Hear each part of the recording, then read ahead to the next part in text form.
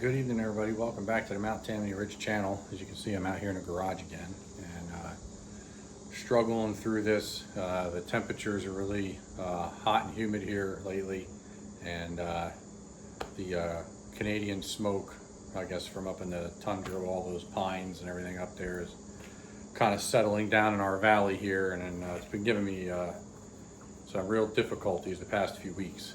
But I'm out here, I'm trying to get something done. I have been tinkering around with the lathe behind me and the milling machine behind you guys. You may remember I had mentioned to you that I was going to, start a couple projects, smaller projects with the milling machine and the lathe, just kind of trying to get myself more familiar with these particular machines. And a little bit more familiar with past experiences that I had in high school and shop class then. So it's coming back to me a little bit here and there. None of the the technical stuff really. I mean, we didn't get all that technical in high school anyway. So I'm going to get you guys turned around here, and I'm going to show you what I have been working on the past couple weeks, and you're going to notice that I've already obviously started it, and I'll explain why when I get the camera turned around. All right, so you can see I have an assortment of things here. Now, I started on the suicide knob project for the Moffett forklift. You might ask yourself why. Just because, well, it needs a new one. It's frozen, from debris and rust and all that stuff. So I figured, what the heck, why not? It would be probably a pretty cool, maybe even an ambitious first project to do with my machines. It's making me exercise my brain, which I like. I like a challenge, especially stuff that's shop related. I really do enjoy doing things here in the shop, especially when you got a controlled climate to keep you nice and comfy, which I do not. So I'm struggling through it with all this smoke. So here's the start of the knob. Now, dimensionally, it's a little bit bigger in diameter than a traditional suicide knob, largely because of the fact that the space I needed for the bearing that I had available, this is actually a replacement bearing for, it's a brand new bearing actually, right out of the package. I never got to use it for my KTM back when I used to race dirt bikes as a weekend warrior here and there. I always kept things stocked up so that when I needed to do a repair or replacement throughout the week before the next race weekend, I just had the stuff readily available and ready to be put in. So this bearing here is one of several that I still have, and it's dimensionally, this is the reason why the knob dimensionally is sized the way it is. So it drops down in there. It's actually a little bit loose. I wasn't exactly thrilled about that. I had it almost perfect.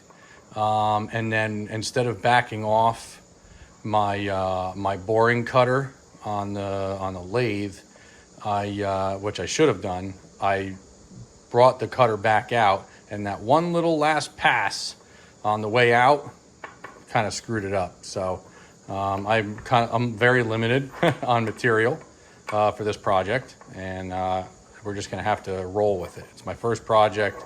I'm not gonna get too upset about it. It's coming out pretty good. I'm gonna do some knurling here, doll it up. I'm gonna try to do some knurling here. Hopefully I don't fudge it up. Here, this cavity is for this nylock nut. I'm hoping that's a good solution to what I'm doing. I'm gonna use a nylock nut and a washer to, when I run the shaft through from the clamp system on the handlebars, here we go with the dirt bikes, from the steering wheel, I'm gonna have a threaded end, a steel shaft come up through here And I'm going to do that. I know steel and aluminum is not a really good thing. But again, like I said, this is just a simple project. Well, I should say probably more complicated than I should have started with. But what the heck, why not? So you can hear Timber behind me. I apologize.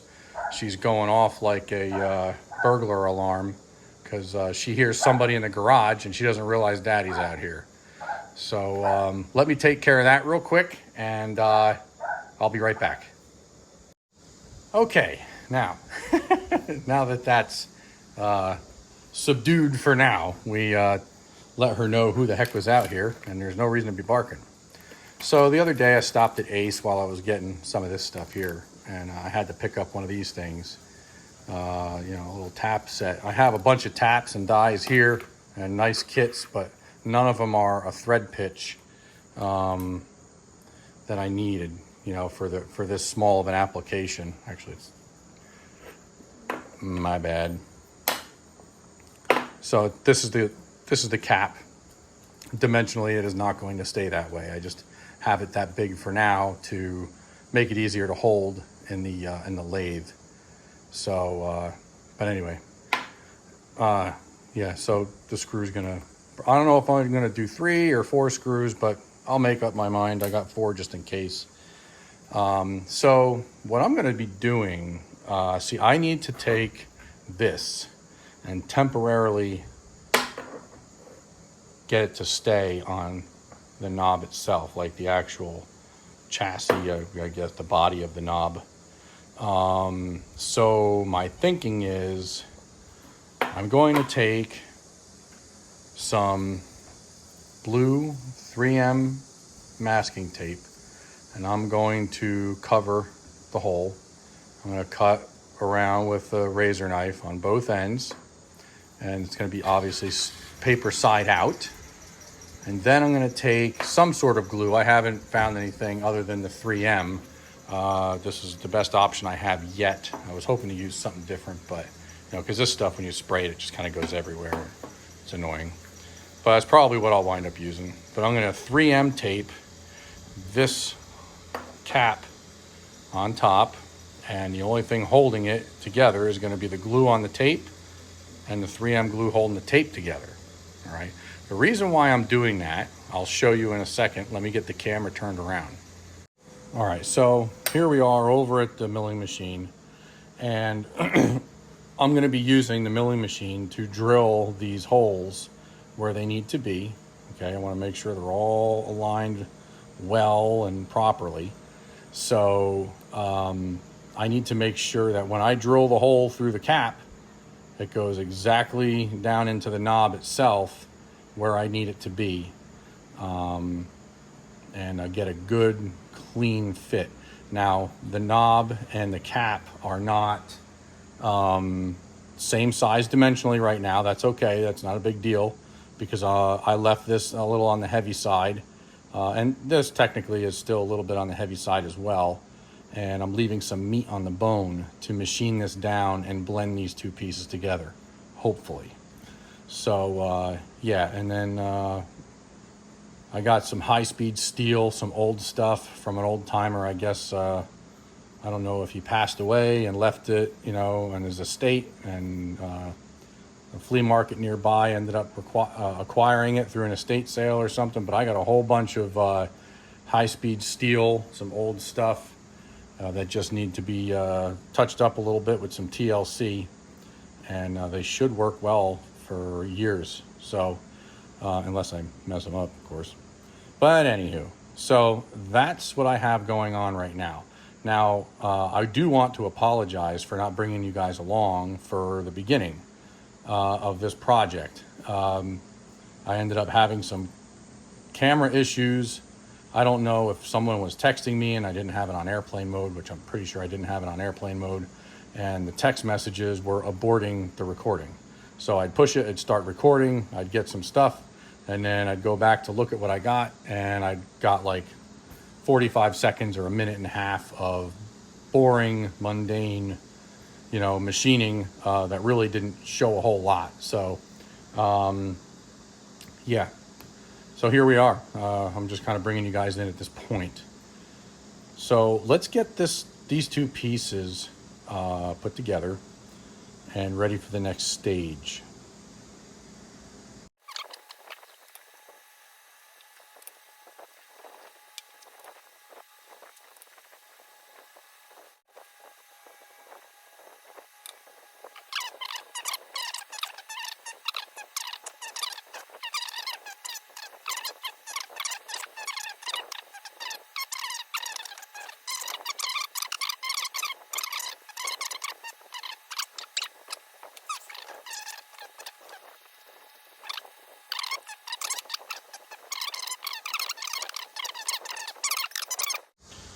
All right, it's been probably less than 10 minutes, more than 5. So let's see what we can do here. Like I said, it's going to be a little bit nerve-wracking because I don't have an exact match on diameter here.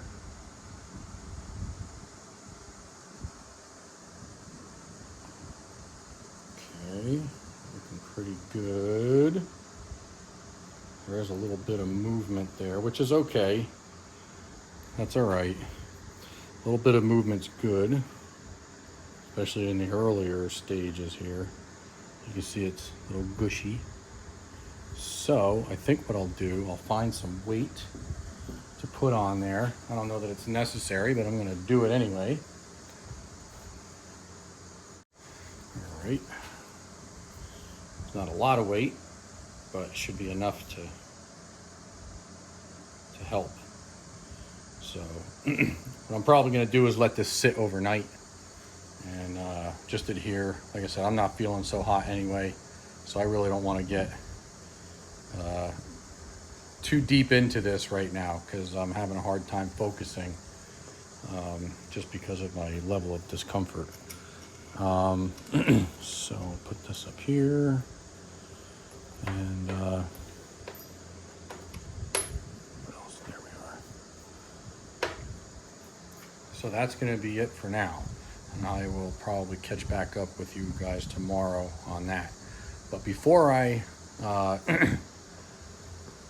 cut the video off here and meet up with you guys tomorrow, I want to show you a couple things that I picked up this weekend to help this project be a little bit less daunting. All right, so the two things here in the picture that are new to the channel is actually this device here, and I forget what the technical name for it is, but so this abrasive saw, okay, runs at twice the RPM that this Hercules blade that I bought this weekend is meant to run at. So I needed to be able to slow down the RPMs of this saw so that I can cut the metal with a carbide saw blade rather than abrasive. So I had to get one of these. They happen to have them hanging on the wall in Harbor Freight. I was very happy to get it. So I was able to set it somewhere in the top end of the medium setting to get it to, I think, run a little better. The one thing I will say about this particular device is that when you're trying to use it for an application like this, you lose some torque, okay? This is a high RPM saw. It's not a torquey saw like the ones that are meant for doing this, at least meant for running carbide blades. They run at a lower RPM, they've got more torque. So you do lose some torque. So it's not the best solution. The obvious solution would be to buy the right saw. So that may happen in the future. I don't know. I got this saw for about 30 bucks from work. They stopped using these saws with the abrasive wheels for insurance purposes, just because they're dangerous. You know, fragments are flying all over the place, and they just they're too much of a risk. So they did away with these things, and I was the lucky recipient of a super inexpensive abrasive saw with the hopes that I was gonna be able to use one of these things to, you know, run the carbide. Now it's a Hercules, it's a 14-inch. I got that from Harbor Freight as well. And you can see this block of aluminum here. I didn't cut the whole thing, but I'd say I cut probably a 3-inch diameter portion of it. I tried with a Sawzall, very unsuccessful. That was a total nightmare, vibrating everything in the garage off the bench. So I had enough. So I was like, we're going to Harbor Freight, and I'm going to see if they got one of these here, these on the wall there, and they did, thankfully. So that helped me get through that. Again, you have to be gentle about it. You can't hog down on it. You got to kind of let the RPM spool back up and then kind of go back at it. I have not yet cut steel. This is just aluminum, so we'll have to see how that goes. The one other thing that I really do like about the carbide blades is there's almost no sparks. You know, you'll see a spark here and there while you're cutting some steel. I've used these before elsewhere, and they're just amazing, absolutely amazing. You get nice chips, they're easy to vacuum up, not a big deal. So that's the new stuff to the garage, you know, in the past week.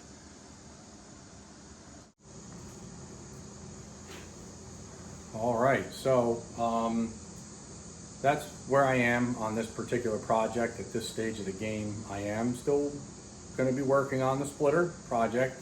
There's a couple things that I was kind of waiting on that milling machine for, so I could move on forward with more of the fabrication on that splitter. I was getting results with my handheld tools that I just was not happy with. Just put a lot of work into a log lift, and no matter what I did with the surface areas that I had to work on, I just could not get it square, and I was frustrated, totally frustrated.